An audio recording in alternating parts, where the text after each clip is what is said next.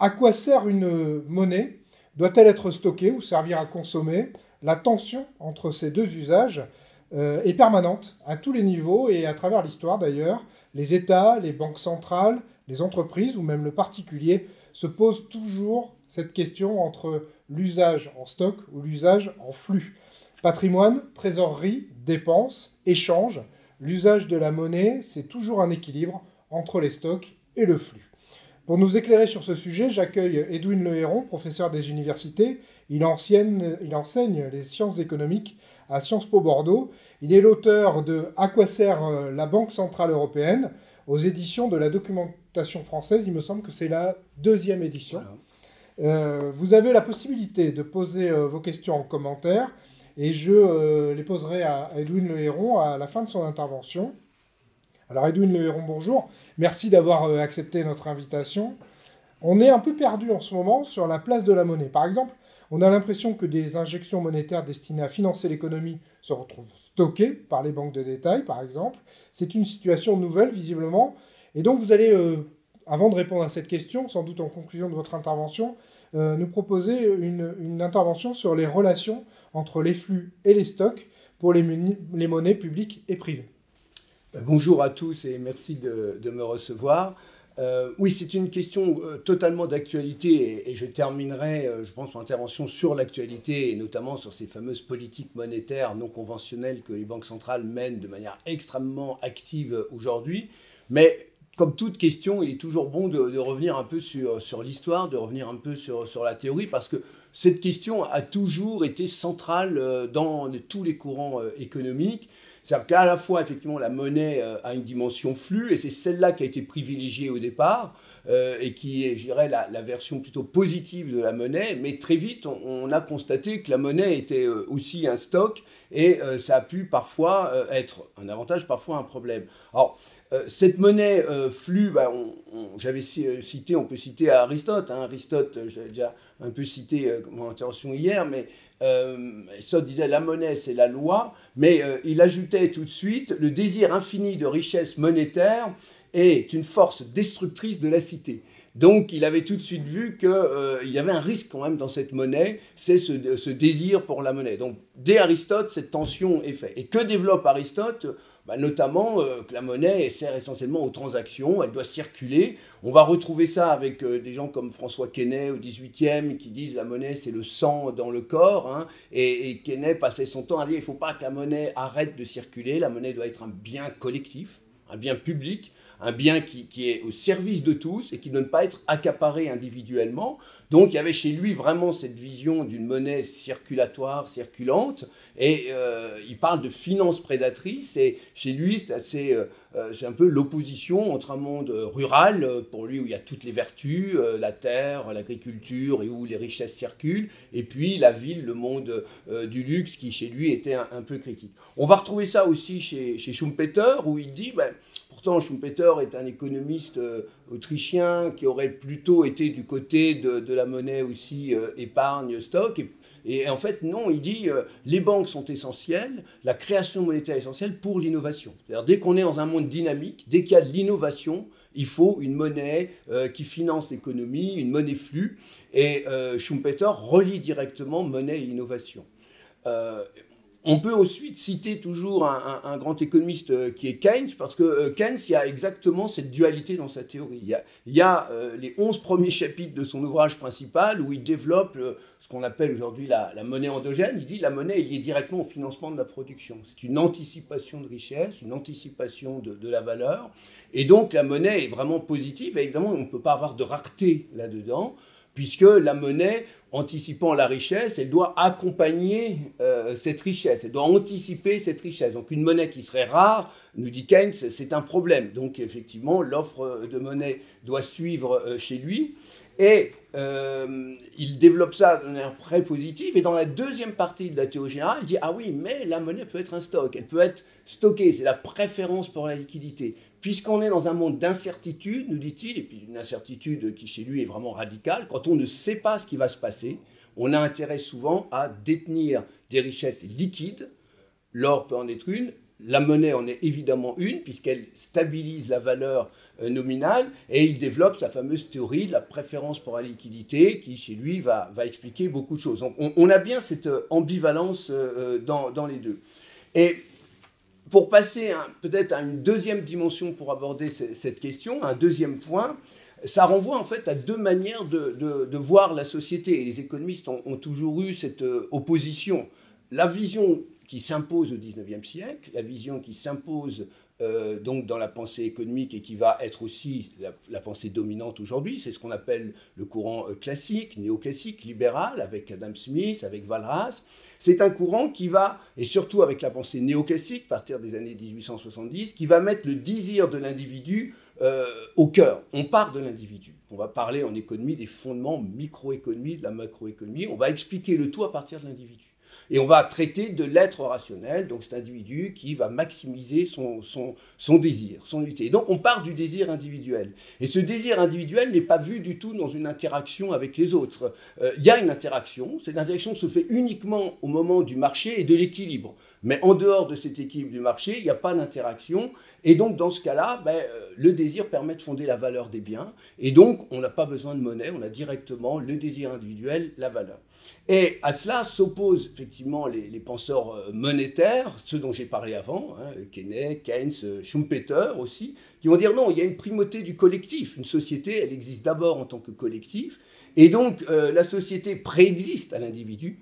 Donc il faut d'abord avoir une vision holiste, globale, avant de l'individu, et dans ce cas-là, le désir est vu directement comme une interaction entre les individus, et si le désir est vu comme une interaction dans les individus, eh bien la monnaie prend tout son rôle, parce que la monnaie est à la fois ce qui permet la production de richesse, donc de valeur, et donc aide au désir, mais c'est aussi une manière de le capter, puisque la monnaie est un équivalent général, la monnaie permet de capter tous les désirs. Quand vous avez 1000 €, d'une certaine manière, vous pouvez acquérir tous les biens, au moins dans votre tête, qui valent 1000 €. Donc c'est un équivalent général de désir. Et évidemment, ça a poussé, et Keynes en parle dans sa deuxième partie, à un désir d'accumulation pour l'accumulation. Mais si la monnaie est purement accumulée, qu'elle reste un stock, elle ne circule plus, elle ne fonctionne plus dans sa monnaie flux. Et là, on arrive à ce qu'avait vu Aristote, on revient à Aristote, c'est une pathologie de la société, c'est dangereux pour la société. Donc cette ambivalence de la monnaie, cette ambivalence dans une monnaie qui doit sans arrêt circuler, ne pas être rare parce qu'elle anticipe la richesse, et puis une monnaie qui justement, puisqu'elle est l'équivalent des désirs, amène, cristallise tous les désirs de la société et donc pousse à être retirée de cette circulation, cette ambivalence a toujours existé. Alors je pourrais passer maintenant par exemple à une analyse avec l'or. L'or a eu aussi dans l'histoire cette double vision. C'est-à-dire que l'or au début a été vu comme une monnaie, donc comme devant circuler. Mais l'or en tant que circulation n'était pas très pratique parce que les pièces d'or valaient déjà à l'époque toujours beaucoup de valeur et donc on les mettait plutôt dans des coffres et puis on faisait circuler des billets papier qui étaient convertibles en or et donc la circulation s'est vite transformée d'une circulation de la marchandise à la circulation des billets et ça a posé la question de la confiance, ça a posé la question qu'on a déjà vue du lien entre les deux puisque effectivement il fallait être sûr qu'il y ait un stock d'or qui corresponde à ces billets et pour que l'économie croisse, eh bien il fallait de plus en plus de billets. Alors quand on regarde le 19e siècle, jusqu'au fin du 19e, ça fonctionne parce qu'on trouve assez d'or par rapport à la croissance des richesses réelles et donc la dimension flux et stock marche bien. Puis à partir du 20e siècle, l'or ne fonctionne plus assez. Pourquoi? Dans sa dimension flux, parce qu'on n'en trouve pas assez, elle devient trop rare, on est dans cette rareté. Et donc elle est meilleure en tant que vision de stock, en tant qu'actif, je dirais, de réserve. Et depuis 1973, on a déconnecté la monnaie de sa valeur financière et elle est devenue un actif de réserve. Pourquoi elle est, à mon avis, le mieux faite, puisqu'on a effectivement quelque chose là qui est rare, qui a énormément de qualité, et c'est sa dimension stock qui développe, et à partir du moment où ce n'est plus une monnaie, ce n'est plus un problème, puisque ce qui est problème, c'est quand c'est la monnaie qui est bloquée. Donc aujourd'hui, l'or a trouvé sa place. Et on pourrait donner un autre exemple avec le Bitcoin. Le Bitcoin qui a été conçu en 2009, après la crise, comme une monnaie de transaction, de flux, qui était là pour circuler, et qui avait même été conçu pour ne pas trop grossir, pour que cette circulation soit soit à visage humain, hein, c'était dans la valeur éthique de ce Bitcoin, eh bien, comme il a été conçu dès le début avec une rareté sans doute un peu trop forte, eh bien aujourd'hui, cette rareté l'a conduit à n'être plus qu'une dimension stock, ne plus circuler du tout, et donc aujourd'hui, Bitcoin n'est plus une monnaie, elle est un actif, sauf que contrairement à l'or, il n'y a pas de contrepartie de valeur marchandise derrière. C'est un stock qui est complètement miroir, qui est complètement mimétique. Hein. On a le désir de penser que cette valeur va valoir plus, on l'achète pour ce désir, et donc on est dans un désir purement mimétique. Qu'au moins alors on a une vraie richesse. Il aurait fallu ajouter une fonction de monnaie fondante sur le Bitcoin pour qu'elle reste flux, par exemple? Alors c'est ce qu'on a fait, ou c'est ce qu'on fait souvent dans les monnaies locales, qui sont aussi des monnaies qui essayent d'innover et qui sont souvent à initiative privée. Dans les monnaies locales, on a ce côté fondant, hein, qui avait été théorisé notamment par un économiste, un Gesell, pas très très célèbre, mais qui avait théorisé ça au début du XXe siècle. C'est-à-dire que si on garde la monnaie trop longtemps, si on la stocke, eh ben, elle perd de sa valeur. Et donc ça, on a ça dans les monnaies effectivement locales. On n'a pas mis dans le Bitcoin. Il aurait sans doute valu le faire. Alors après, il faut que la fonte soit suffisante pour que l'accumulation ou l'enrichissement en termes de valeur ne soit pas suffisamment compensé. Il faut le gérer. Mais ça aurait pu être fait. Ça n'a pas été fait dans l'algorithme initial. Et comme on ne peut pas y toucher, c'est trop tard. L'idée des monnaies fondantes, évidemment, renforce cette idée du flux par rapport au stock. Alors la question n'était pas anodine, c'est qu'aujourd'hui, on a l'impression que les banques centrales, donc que la monnaie banque centrale, finalement se retrouve avec une sorte de taxe fondante parce qu'elle n'est pas utilisée. Donc là, est-ce qu'il y a un truc bizarre en ce moment? Oui, alors tout à fait. Si on prend l'actualité des banques centrales, bon, moi j'enseigne sans doute depuis trop longtemps la monnaie, mais j'ai enseigné la monnaie depuis longtemps. Et on disait, ben, voilà ce qu'on fait, voilà ce qu'il ne faut pas faire. Parfois, on disait, ce ne faut pas faire, mais on pourrait le faire. Enfin, on avait toujours du monde des possibles. À l'université, on essaye de comprendre ou de voir le monde possible.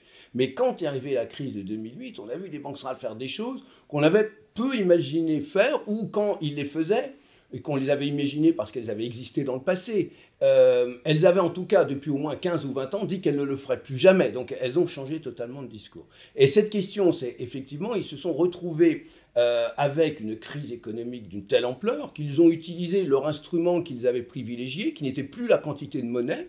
On n'était plus dans ce cadre de Milton Friedman et du monétarisme, où justement la quantité de monnaie était liée à un problème possible qui était l'inflation. Trop de monnaie entraînait de l'inflation. Donc jusque-là, il y avait cette vision. Ça a été abandonné globalement dans les années 85-90.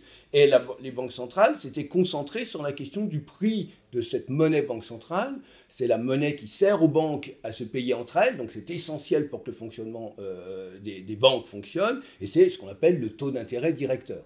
Donc quand elle veut favoriser l'économie, ben, elle baisse le taux directeur. Quand elle veut freiner l'économie, elle monte le taux directeur. Donc les banques payent plus cher leur monnaie banque centrale, ça hausse leur coût, ça hausse le coût du crédit. Et comme ça, ils contrôlent le côté endogène de la monnaie. Ça fonctionnait bien jusqu'en 2008. Sauf qu'en 2008, la crise est telle qu'elle baisse les taux, puis elles arrivent à zéro. Et à zéro, ils disent, mais non, il faudrait continuer à baisser, mais on ne sait pas faire pour l'instant, parce que c'est quoi des taux négatifs, on n'avait jamais vu ça. Donc elle est passée aux quantités. Elle dit, puisque je ne peux plus agir sur le prix, je vais agir sur les quantités. Et elle s'est mise à faire cette fameuse politique de quantitative easing, où elle a créé des montagnes de monnaie banque centrale. Si on prend le bilan de la BCE, on est passé en gros de 1 000 milliards d'euros à 5 000 milliards d'euros aujourd'hui. La Fed, c'est à peu près pareil, 1 000 milliards de dollars, c'était 900 milliards de dollars à peu près 4 000 milliards, pareil à la Banque d'Angleterre.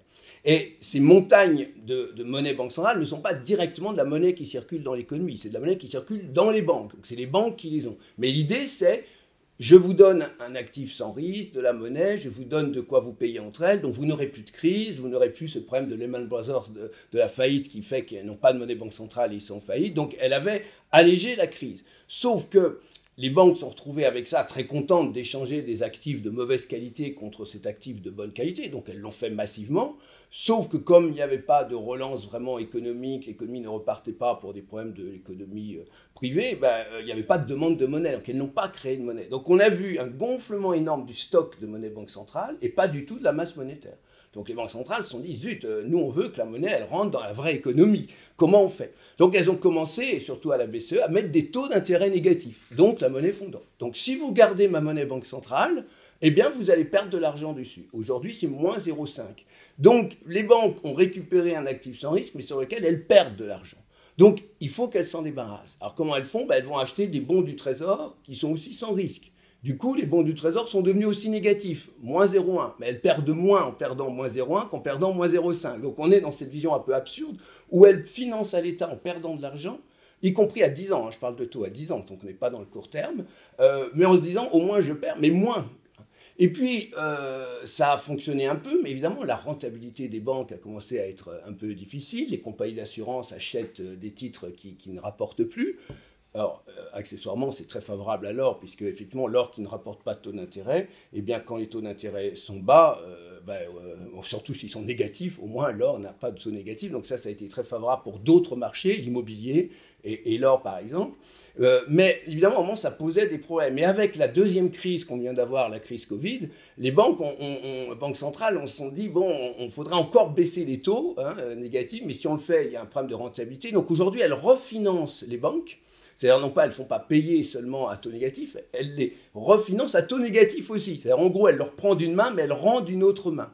On va dire, alors à quoi ça sert? Parce qu'elle dit, je ne vais pas rendre pour tous les crédits que vous m'apportez. Et donc, elle est revenue sur un dogme qui pourtant était un dogme absolu, notamment à la Banque centrale allemande, la Bundesbank, c'était la neutralité du refinancement des banques centrales. On disait aux banques centrales, vous refinancez les entreprises, vous n'avez pas à faire le choix sur ce que vous refinancez. Vous ne faites pas de politique. Vous ne faites pas de politique, voilà. Et c'était le dogme absolu. Et là, tout d'un coup, la Banque centrale dit non. Je mets moins 1% si vous m'amenez des crédits aux entreprises. Mais il faut que vous augmentiez votre volume de crédits aux entreprises. C'est-à-dire je veux que l'économie soit dans l'économie réelle, que les crédits soient réels. Et là, je vous donne une subvention de 1% sur les crédits aux entreprises. Et si vous m'amenez des crédits d'État qui ont servi au Covid, ils sont estampillés comme tels, je vous refinance à moins 0,5. C'est-à-dire en gros, j'annule votre monnaie fondante. Voilà. Et on a récemment Christine Lagarde, donc... qui dirige la Banque centrale européenne, qui vient de dire la neutralité du refinancement était un dogme, mais ça ne doit plus l'être. On doit changer. Et elle est en train de dire que les refinancements, notamment des crédits qui servent à l'amélioration de l'environnement, c'est-à-dire à la transition écologique et à amener à une nouvelle économie qui serait moins destructrice de la planète, vont être particulièrement favorisés. Et donc, on veut du refinancement vert aux banques centrales maintenant. Ce qui est un changement radical dans la pensée, et que j'applaudis tout à fait, parce que je trouve que la politique monétaire, historiquement, dans les années 60-70, on le faisait. Raymond Barre le faisait, d'autres l'ont fait en France. Oui, ça existait. Ça existait, ça se faisait. Mais les keynésiens ont toujours soutenu ça. Donc moi, en tant que keynésien, je soutiens. Mais les libéraux, à un moment, ont dit non, la monnaie est neutre, elle doit être neutralisée, et donc pas d'intervention, comme on l'a dit, pas d'action politique.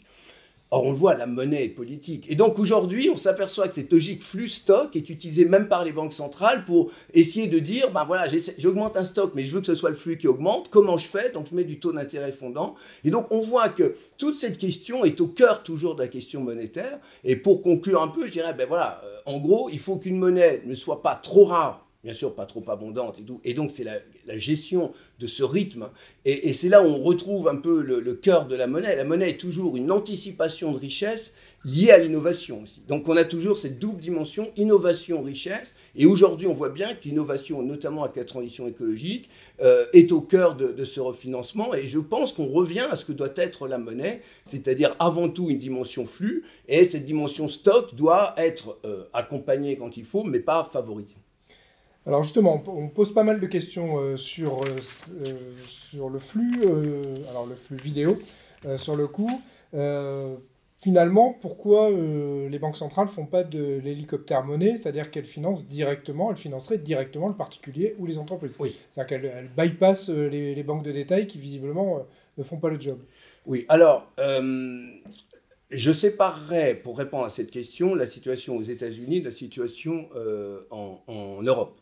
En Europe, il est absolument interdit dans les traités que la Banque centrale ait une relation directe avec les agents non financiers, et notamment avec un agent non financier particulier qui historiquement était l'hélicoptère utilisé, qui était le déficit public, c'est-à-dire l'État.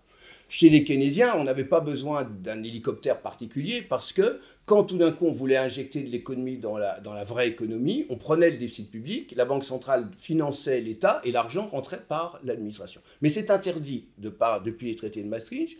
Donc les banques centrales n'ont pas le droit de financer directement les États. Alors elles le font indirectement puisqu'elles poussent les banques à le faire avec ces taux négatifs.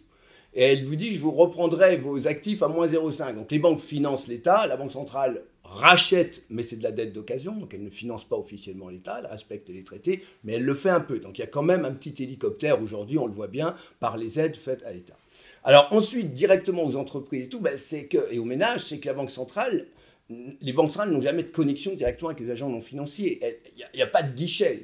J'ai fait effectivement une fois une conférence avec l'économiste en chef de la Banque de France qui a dit on va peut-être faire des guichets BCE où on pourra aller chercher directement des billets. Et là, bon, mais d'abord, ça n'existe pas. Et deux, ça pose problème de répartition. Est-ce qu'on répartit en fonction, on met la même somme à chaque Européen? Est-ce que c'est effectivement la bonne solution de donner la même somme? Sinon, c'est injuste. Qu'est-ce qu'on fait?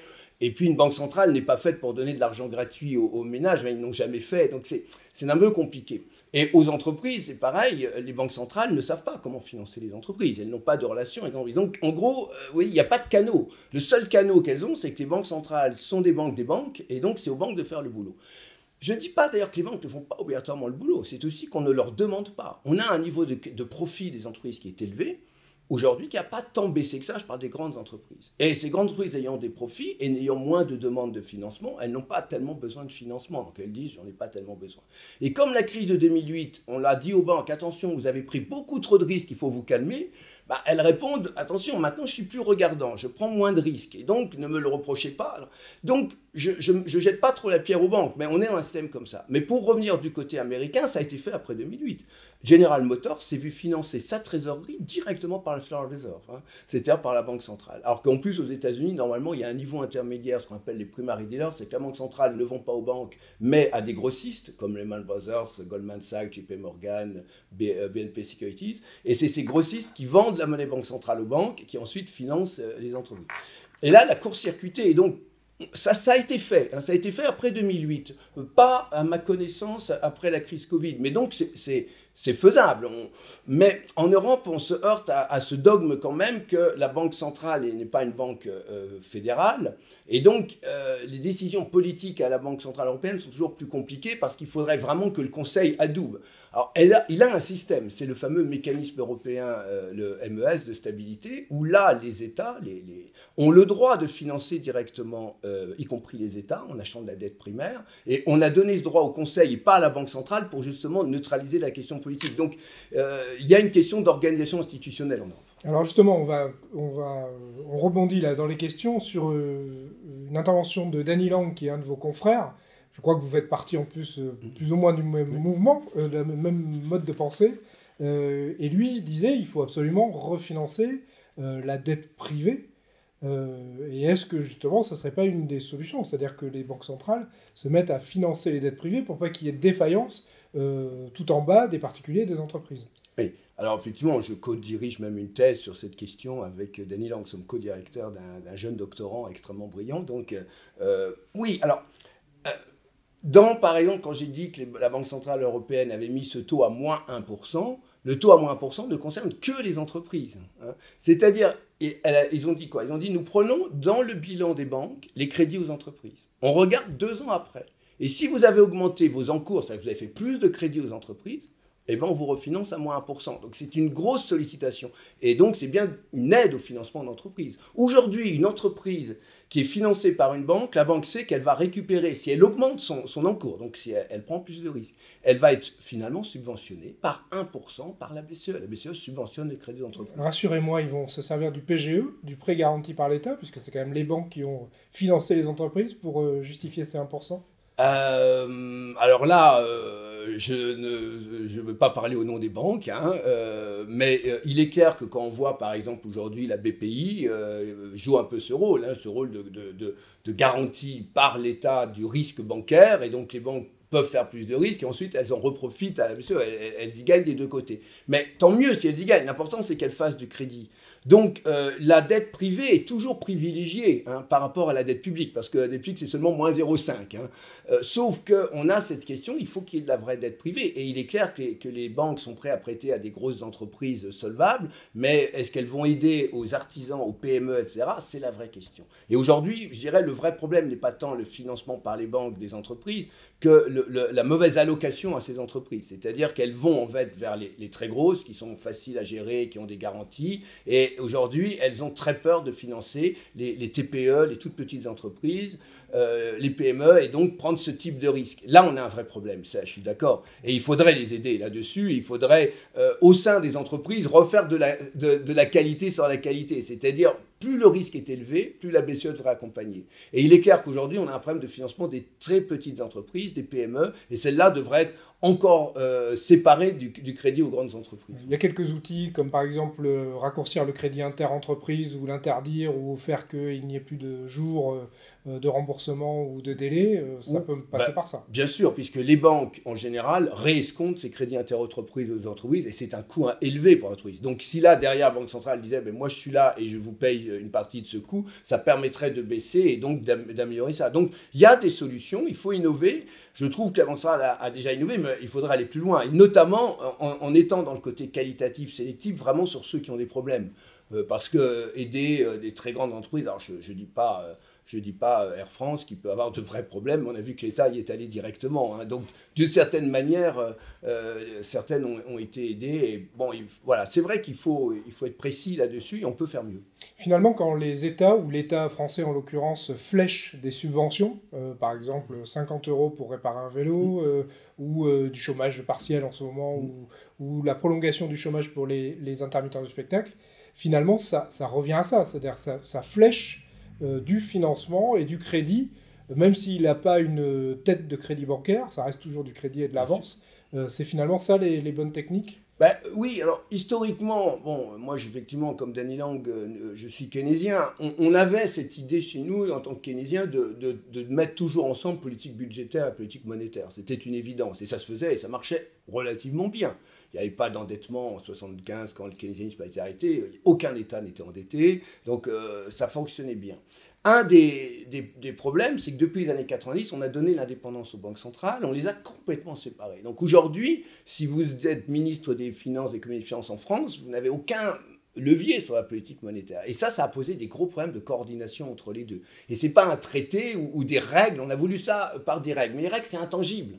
Or, ce qu'on voit bien, c'est que le capitalisme est dynamique, il bouge, et que les banques centrales doivent être dynamiques, elles bougent, elles le font. Mais donc, si vous êtes dynamique et que vous bougez, on ne peut pas respecter les règles. Donc aujourd'hui, elle s'assoit un peu sur ces règles, elle ne les respecte pas, ce qui prouve qu'elles n'étaient pas si utiles que ça. Parce à quoi sert de s'imposer des règles pour ne pas les respecter? Et donc, ce que vous dites, aujourd'hui, on va retrouver la coordination, puisque l'État, effectivement, qui lui sait orienter, va faire du crédit, va amener les 50 € là où il faut, et ça marche tout à fait, c'est la politique budgétaire. Et derrière, que fait la Banque centrale? Elle dit, si vous ramenez vos crédits et que vous les refinancez, y compris l'État, moi, je vous donne une subvention, donc je vous aide. Et comme j'ai fait baisser les taux d'intérêt à des taux négatifs, en gros, sur une dette qui est aujourd'hui de 2500 milliards, entre 2400 et 2500 milliards, la dette des administrations publiques françaises, 1% de taux d'intérêt, c'est 25 milliards. Donc, comme on a baissé, en gros, le coût de la dette dans les dernières années de plus de 1%, c'est plus de 25 à 30 milliards que la France a récupéré en économie d'intérêt. Ces économies d'intérêt, c'est ce qu'elle peut mettre dans le budget. Et donc, on voit bien qu'aujourd'hui, la politique monétaire aide la politique budgétaire, puisqu'elle donne des facilités. Il faudrait d'ailleurs que l'État en soit conscient, en profite, et n'oublie pas que si un jour les taux d'intérêt remontent, ce côté-là se retournera. Donc il faut un moment maîtriser les deux côtés. On va repartir sur la monnaie au sens flux. Si on pouvait acheter des choses avec de l'or ou avec des bitcoins, ça redeviendrait des monnaies de flux? Alors, oui, je prends déjà le bitcoin. Le bitcoin est une monnaie purement privée. Donc, on a le droit d'acheter, mais c'est ce qu'on appelle un cours libre. Hein, c'est-à-dire il faut que le vendeur accepte le bitcoin et l'acheteur accepte. Au début du bitcoin, même Apple Store, je ne fais pas de publicité, mais on pouvait payer en bitcoin. Il y avait des pizzerias. Des pizzerias et tout. À San Francisco qui acceptaient le bitcoin. Donc, personne n'a le droit d'interdire aux gens d'accepter le bitcoin. Mais on est typiquement dans une monnaie privée, c'est uniquement décentralisé. Il faut que le vendeur et que l'acheteur acceptent. Et ça marchait. À partir du moment où vous voyez aujourd'hui un bitcoin vaut 15 000 €, c'est-à-dire vous commencez à compter en millièmes de centimes, que quand vous faites la transaction, il faut au minimum 20 minutes pour que ce soit validé. Bon, vous, votre pizza, elle a le temps de refroidir en 20 minutes, la bière, elle a le temps de changer. Et le cours a le temps de changer. Et le cours a le temps de changer, et souvent à des niveaux qui font que pour une transaction de 5 €, vous allez payer beaucoup plus. Donc le bitcoin a perdu de facto sa qualité Donc on peut toujours payer en Bitcoin, mais a perdu ses qualités. Alors avec l'or, l'or c'est un petit peu la même chose, c'est que l'or n'est plus une monnaie, elle n'est plus monétisée. Donc elle est une marchandise qui vaut beaucoup, mais qui n'est pas toujours très pratique dans l'échange, parce qu'un gramme d'or vaut extrêmement cher, donc on va être avec des toutes petites quantités. Et donc pour moi, l'or, et en plus qui a une vraie valeur en tant que marchandise, pour moi l'or est pour moi très clairement du côté du stock et de ce type d'actifs. Et je crois qu'il est mieux pour ça. L'or en tant que monnaie, aujourd'hui, ne serait pas très pratique. Par contre, le Bitcoin a voulu être monnaie, et par contre, de monnaie, pour moi, n'est pas du côté du stock, parce qu'il n'y a aucune valeur directement dans le Bitcoin, c'est-à-dire que c'est uniquement ce que l'on pense être, ou ce que ça pense être la valeur. Bien sûr que dans l'or, il y a aussi une dimension actif, réserve, mimétique. Bien sûr qu'il y a ça aussi. Mais on sait que c'est garanti par une demande en bijouterie, dans d'autres demandes qui sont fondamentales, par une fait que c'est inaltérable. Vous arrêtez les ordinateurs, l'or est toujours là. Donc l'or a les vraies qualités pour être un stock. Bon, mais dans la monnaie, d'ailleurs, aucun État aujourd'hui ne demande un retour à la monnaie or. Les Chinois qui veulent aujourd'hui remettre un peu en cause la domination du dollar partent plutôt sur le DTS, un panier de monnaie. Donc il y aurait dollar, euro, yen, livre sterling, et ils ont accepté que yuan monte à 11% dans ce panier, donc il y aurait le yuan demain. Et c'est une manière de dire aux États-Unis, vous restez un peu la puissance numéro 1, mais il y en a 4 autres. Et donc, si les États-Unis doivent payer leurs importations et qu'il leur faut des euros, du yen, de la livre sterling et du yuan, ça changera beaucoup les rapports de force. Donc aujourd'hui, la Chine joue là-dessus. Il y aurait peut-être la Russie qui pourrait jouer, qui accumule beaucoup d'or, etc. Mais la Russie n'est pas en mesure d'imposer quoi que ce soit au reste du monde. Voilà. Donc aujourd'hui, les États-Unis qui ont vendu beaucoup d'or, qui n'ont pas de mine d'or chez eux, ne sont pas du tout partie prenante là-dessus. Il y a très peu de personnes qui le soutiennent. Il y en a, mais très peu. En France, on a eu une tradition avec Rueff. Aujourd'hui, moi, je ne pense pas que l'or soit est vraiment une logique ou un avenir en tant que monnaie. Je ne pense pas que ce soit... Alors, sauf s'il y a de l'innovation et qu'il y a la possibilité, et je parle ici au sein du groupe au coffre, j'ai la possibilité d'avoir de la monnaie qui est convertie en or, et donc le stock fait son rôle de stock, et la carte bancaire fait son rôle de carte bancaire. Oui, et alors... donc là, on transforme ça en monnaie électronique. Non, mais je suis d'accord avec vous, j'ai été un peu vite, je parlais de monnaie publique. Hein. Là, tout mon discours était lié aux monnaies publiques. Hein. Mais évidemment, dans le cadre des monnaies privées, où on essaye de stabiliser la valeur, parce que le problème de la confiance dans les monnaies privées est beaucoup plus compliqué, hein, on en a un peu parlé hier, et donc là, évidemment, l'or a cette capacité de donner la confiance, puisqu'il y a une vraie valeur et un vrai équivalent. Moi je dis toujours, c'est pas la quantité de monnaie qui compte, c'est les contreparties. Or, dans l'or, on a une vraie contrepartie. Donc là, ça a tout à fait sa race. Mais on est bien dans une logique de monnaie libre. Et dans les monnaies libres, les monnaies privées, c'est une question d'offre et de demande, hein, si des gens veulent l'accepter, etc. Et ça marche comme ça. Donc, bien sûr, là, mon discours était sur les monnaies publiques. Dans le cas des monnaies privées, il est clair que pour moi, une monnaie qui serait basée sur l'or a beaucoup plus de chances de fonctionner qu'une monnaie purement électronique, qui est compliquée quand elle est purement électronique pour cette problème de contrepartie. Et est-ce que la disparition du cash, puisqu'on a l'air d'arriver vers une société sans cash, qui arrange évidemment les États, parce que c'est plus simple pour contrôler et pour collecter l'impôt, en faisant un très très gros raccourci, est-ce que la disparition du papier, donc de cette monnaie papier, va changer la donne, va changer des choses? Alors, pas fondamentalement pour moi. Il y a des éléments que vous avez rappelés. Un des gros avantages pour l'État, mais aussi pour les banques, c'est d'éviter l'évasion fiscale, c'est d'éviter les trafics, c'est de mieux les maîtriser. Alors ils le font un peu en suivant les billets de 500 € qui sont quand même suivis par numéro, et on sait un peu où ça circule, mais on ne suit pas tous les billets, donc parce qu'on peut quand même suivre certains billets. Il y a le fait, la BCE, ils changent régulièrement les billets, hein, donc en changeant les billets, ça freine beaucoup les trafics, parce que vous ne pouvez pas revenir avec un stock de valises remplies de billets pour les changer à la banque sans que vous fassiez repérer. C'est pour ça que le dollar, qui garde toujours... Même les vieux billets sont toujours échangeables, reste la monnaie en gros des trafics, hein, plus que l'euro. Et ça, l'euro change suffisamment vite. Donc là-dessus, il y a des raisons fiscales. Ça aide les banques aussi, hein. Vous avez parlé d'État, mais les banques. Parce que les banques, elles les payent, les billets. Hein. Elles les font pas, c'est le monopole de la Banque centrale. Ça leur coûte beaucoup d'argent. Les distributeurs leur coûtent beaucoup d'argent. Si vous dites aux banques, demain, vous n'allez plus investir dans les distributeurs, si vous faites un retrait, dans une banque qui n'est pas la vôtre, c'est 1 euro que votre banque va être facturée. Souvent, oui. Entre elles sont facturées. Elles ne vous le refacturent pas toujours, mais souvent elles vous le refacturent. Donc c'est un coût pour elles. Donc bien sûr, si les banques peuvent éviter d'avoir des billets qui sont de la monnaie banque centrale, donc elles doivent aller l'acheter comme monnaie banque centrale, les banques sont très preneuses. Donc les banques sont très preneuses. Pas mal d'entrepreneurs ou d'entreprises de magasins sont preneurs aussi parce que ça facilite, et on voit bien que le Covid, on n'a plus à toucher quelque chose qui potentiellement transmet le virus. Donc il y a beaucoup d'avantages comme ça. Est-ce que fondamentalement ça changera? Non. Parce qu'on pourrait avoir une monnaie purement crypto-électronique, et c'est ce que vous avez dit tout à l'heure, qui soit une monnaie purement marchandise, matérialisée sur l'or. Si de l'autre côté, il y a une contrepartie or. Donc on peut avoir une monnaie électronique basée sur l'or et qui est une pure marchandise. Et on peut avoir une monnaie même réelle en papier. On voit bien qu'elle n'est pas fondée sur la valeur du papier. Un billet de 500 € ne vaut pas 500 €. Il vaut quelques centimes à faire. Donc c'est pas trop la forme qui est importante. Ça aiderait surtout les banques. Hein. Alors, après, il y a des pays comme la Suède sont très en avance là-dessus. Des pays comme l'Allemagne et l'Italie qui sont, eux, très favorables aux billets. Enfin, bon, voilà, c'est plus un problème culturel. Mais ça ne changerait pas trop la donne.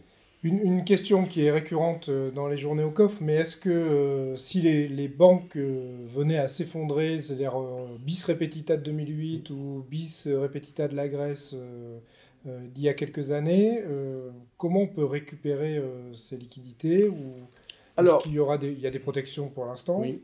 Alors ces protections ont été renforcées après 2008. Là, l'Europe s'est aperçue un peu horriblement en 2008 qu'elle avait oublié d'européiser les protections.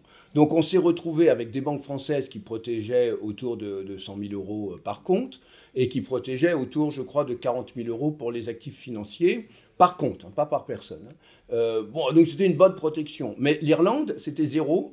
Et les Pays-Bas, c'était 13 000 €. Donc, vous aviez une banque ING, c'était seulement 13 000. Donc, aujourd'hui, cette protection a été européanisée.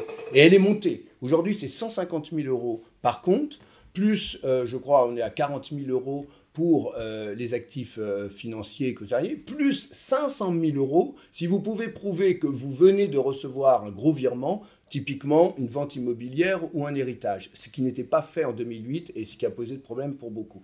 Donc, aujourd'hui, quelqu'un qui aurait 300 000 € en cash, il suffit qu'il ouvre 3 comptes en 3 banques différentes et il a une protection à 100%.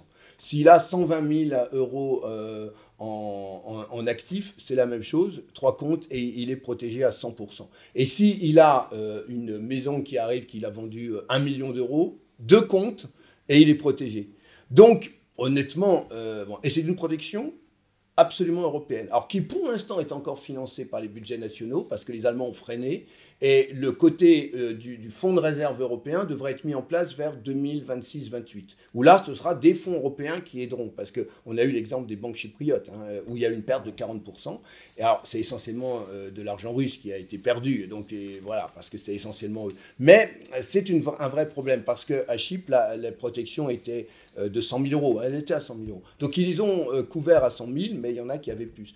Donc pour moi il y a aujourd'hui une bonne protection. Si on prend aux États-Unis le FDIS, qui est ça, le fonds Federal Insurance, Deposit Insurance S, je ne sais plus quoi, ça a été créé en 1931, après la crise de 29, et il a résisté à 2008.